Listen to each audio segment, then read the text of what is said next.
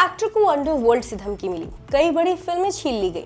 इतना ही नहीं बल्कि इनकी लव लाइफ भी पूरी तरह से बर्बाद हो गई और तो और भाईजान से भी कट्टर की दुश्मनी हो गई। लेकिन फिर भी इन्होंने कभी हार नहीं मानी और अब ये ना सिर्फ अपनी एक्टिंग के लिए बल्कि ग्लोबली भी एक सक्सेसफुल बिजनेसमैन के तौर पर जाने जाते हैं। जी हाँ, मैं बात कर रही हूँ विवेक ओबेरॉय की, जो इस वक्त अपने अपकमिंग प्रोजेक्ट की वजह से खूब चर्चाओं में है। He is a successful businessman and billionaire, demonstrating that success isn't limited to the silver screen alone. सबसे पहले बात करते हैं उनकी अर्ली लाइफ की। तो विवेक का पूरा नाम विवेक आनंद ओबेरॉय है। उनका जन्म 3 सितंबर 1976 को हैदराबाद में हुआ था। उनके पिता का नाम है सुरेश ओबेरॉय, जो कि बॉलीवुड के जाने माने एक्टर हैं, और उनकी मां का नाम है यशोधरा ओबेरॉय। वहीं उनकी एक बहन है जिनका नाम है मेघना ओबेरॉय। बात करें अगर विवेक के एजुकेशन की, तो उन्होंने अपनी शुरुआती पढ़ाई हैदराबाद पब्लिक स्कूल से की है। इसके बाद वो अपनी आगे की पढ़ाई के लिए मेयो अजमेर चले गए। फिल्मी परिवार में पैदा होने की वजह से विवेक का रुझान शुरू से ही एक्टिंग की ओर था, इसलिए वो अपनी एक्टिंग स्किल को और मजबूत करने के लिए न्यूयॉर्क चले गए। अब विवेक के बॉलीवुड सफर के ऊपर नजर डालते हैं। तो साल 2002 में उन्होंने राम गोपाल वर्मा की फिल्म कंपनी से अपने करियर की शुरुआत की। इस फिल्म में उनके साथ एक्टर अजय देवगन भी नजर आए थे। फिल्म ने बॉक्स ऑफिस पे जबरदस्त कमाई की थी। इसके साथ ही विवेक को इस फिल्म के लिए फिल्म फेयर अवार्ड भी मिला था। इसके अलावा वो साल 2002 में शाद अली की डायरेक्शन में बनी फिल्म साथिया में रानी मुखर्जी के ऑपोजिट दिखाई दिए। इस फिल्म में उनकी रानी के साथ केमिस्ट्री दर्शकों को काफी पसंद आई।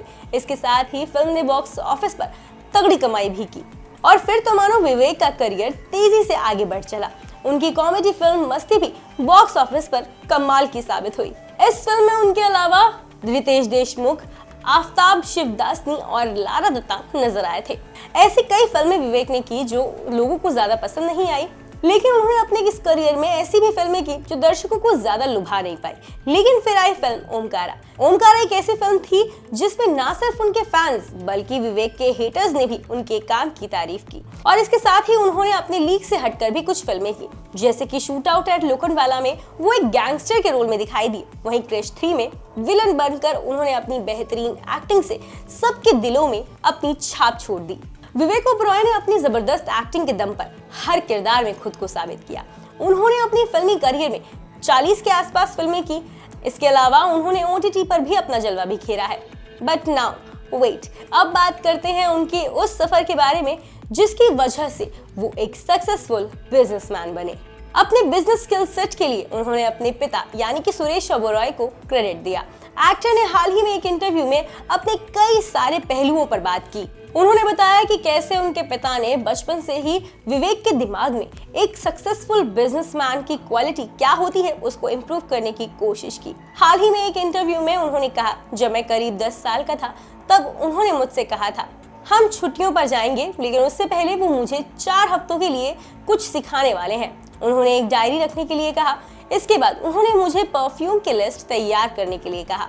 आगे उन्होंने कहा कि मैं इनमें से जिस भी परफ्यूम को उसकी कीमत से ज्यादा बेचने में सफल होऊंगा वो प्रॉफिट मेरा होगा। विवेक ने बताया कि वो कैसे अपने स्कूल बैग में सारी इन्वेंट्रीज भरकर और अपनी साइकिल से घर घर पहुंचते थे। उन्होंने कहा, मैंने गलतियां जरूर की लेकिन बहुत कुछ सीखा भी। इसके बाद हर साल मैंने इसे जारी रखा और जब मैं 15 साल का हुआ तो मैंने खुद को और रेडी करना शुरू कर दिया। इस दौरान मैंने अपनी पॉकेट मनी के साथ शेयर बाजार में कदम रख दिया। आपको बता दें कि 16-17 साल की उम्र में विवेक के पास एक अपना स्टॉक पोर्टफोलियो था जो उन्होंने बनाया था by the help of professional brokers, जहां उन्होंने उनसे स्टॉक मार्केट की बारीकियां सीखी थी। इसके अलावा उनकी इस जर्नी की एक बेहद दिलचस्प बात यह है कि उन्होंने सिर्फ 19 साल की उम्र में एक टेक कंपनी बनाई और बेच दी। जी हाँ, विवेक ने बताया कि जब वो सिर्फ 19 साल के थे तब उन्होंने एक टेक कंपनी की शुरुआत की थी। हालांकि 22 साल की उम्र तक जब वो आए तो उन्होंने अपना प्रॉफिट कमाते हुए उस कंपनी को बेच दिया। एक्टर का कहना है कि उन्हें इस बात का एहसास हो गया था कि किसी भी कंपनी को स्टैब्लिश करना, फिर उसे किसी MNC को बेच देना, उससे खुद को और इन्वेस्टर्स को मुनाफा कमाने में मदद होती है। विवेक कभी भी अपनी इनकम के लिए सिर्फ और सिर्फ एक चीज पर निर्भर नहीं रहे। उन्होंने अलग अलग बिजनेसेस में अपनी फाइनेंशियल स्टेबिलिटी के लिए इन्वेस्ट किया कि जब उनके पास फिल्म अपॉर्चुनिटीज कम हो तो वो पैसा उनको स्टेबिलिटी दे। और इसके लिए विवेक हैज इन्वेस्टेड इन 29 कंपनीज, जिनमें रियल एस्टेट से लेकर हेल्थ केयर सेक्टर्स और तो और ज्वेलरी सेगमेंट भी मौजूद है। और जब विवेक ओबेरॉय को फिल्म की तरफ से अपॉर्चुनिटीज कम आई तो इस पैसे ने उनकी फैमिली को सपोर्ट दिया और इनकम स्टेबिलिटी प्रोवाइड की। बट वेट, उनकी जर्नी यही नहीं रुकी, बल्कि उनकी एक खुद की कंस्ट्रक्शन कंपनी कर्मा कंस्ट्रक्शन के नाम से है। इसके अलावा वो दुबई में रहते हैं और वहां भी उन्होंने एक बड़ी रियल एस्टेट कंपनी के साथ कोलैब किया है, विच इज BMW डेवलपर्स, जो दुबई में लग्जरियस प्रॉपर्टी प्रोवाइड करते हैं। And today Vivek Oberoy's net worth is estimated to be around 1 billion 10 crore rupees, जिसमें उनके मूवेबल और इमूवेबल दोनों एसेट्स शामिल हैं। ये तो थी विवेक ओबेरॉय की बिजनेस जर्नी, लेकिन कहते हैं ना कि जब सक्सेस होती है तो उसके साथ साथ कंट्रोवर्सीज भी आती है।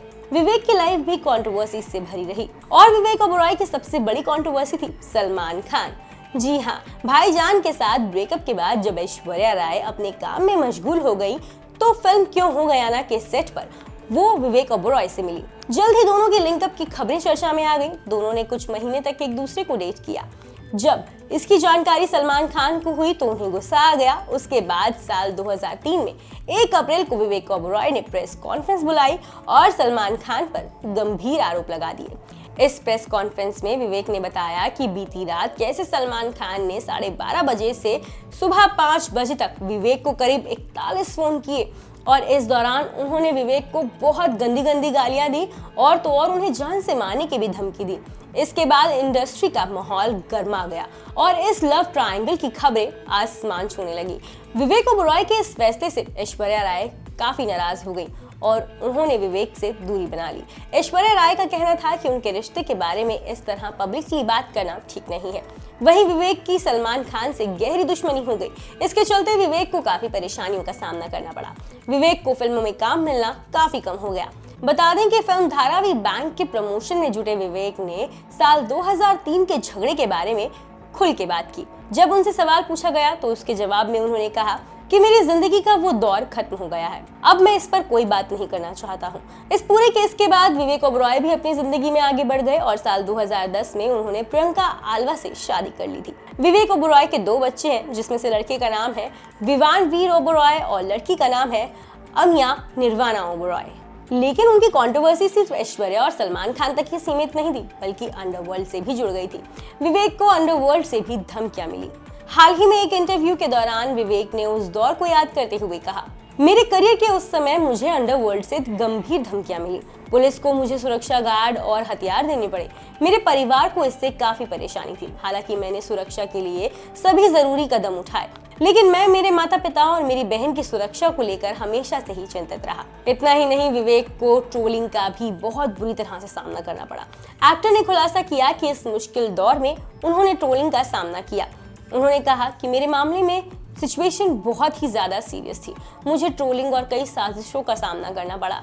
उन्होंने बताया कि जिन प्रोजेक्ट्स को मैंने साइन किया था वो मुझसे छीन लिए गए। इसके साथ ही अंडरवर्ल्ड से धमकियां मिलने लगी, जिसकी वजह से पुलिस को मुझे सुरक्षा गार्ड और हथियार देने पड़े। विवेक ने बताया कि कैसे इन मुश्किलों ने उन्हें पर्सनली अफेक्ट किया। विवेक ने कहा कि जब आप एक मुश्किल दौर से गुजरते हैं तो उसकी तीव्रता का अनुभव करना पड़ता है। अगर ये खराब समय छोटा होता है तो आप जल्दी ठीक हो जाते हैं, लेकिन जब ये समय लंबा खिंचता है तो ठीक होने में काफी वक्त लगता है। ऐसा लगता है कि जैसे घाव ठीक हो जाता है, लेकिन दर्द फिर भी उभर आता है, जिससे आगे बढ़ना काफी मुश्किल हो जाता है। ये थी विवेक ओबेरॉय की पूरी जर्नी, जिसमें हमने आपको बताया उनकी अर्ली लाइफ, उनकी प्रोफेशनल लाइफ, उनकी बिजनेसमैन की जर्नी, साथ ही साथ उनके साथ जुड़ी कंट्रोवर्सीज। अब अगर बात करें विवेक ओबेरॉय के वर्क फ्रंट की, तो पिछले कुछ वक्त में वो कम ही प्रोजेक्ट्स के लिए साइन कर रहे हैं। लंबे वक्त बाद उन्हें इसी साल रोहित शेट्टी के कॉप यूनिवर्स में बनी पहली web series Indian police force में देखा गया। हालांकि इस सीरीज में भी एक्टर का रोल छोटा था, लेकिन फिलहाल विवेक ने अपने अगले प्रोजेक्ट का कोई खुलासा नहीं किया है। आप विवेक ओबेरॉय को कैसे देखते हैं, एक एक्टर के तौर पे या एक बिजनेसमैन के तौर पे? अपनी राय हमें कमेंट बॉक्स में जरूर दीजिए। साथ ही साथ तमाम अपडेट्स के लिए सब्सक्राइब कीजिए हमारे चैनल को एंड स्टे ट्यून्ड।